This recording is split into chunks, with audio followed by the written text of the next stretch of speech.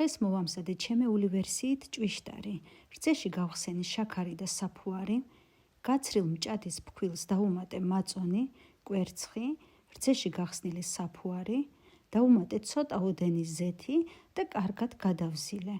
ბოლოს დავუმატე ყველი და მასა გავაერთიანე. ჭვიშტარს ვამზადებთ ზუსტად იმდენი ყველით, რამდენიც ფქვილია. მარილს ვამატებთ იმ შემთხვევაში, თუ ყველი მთლად უმარილოა.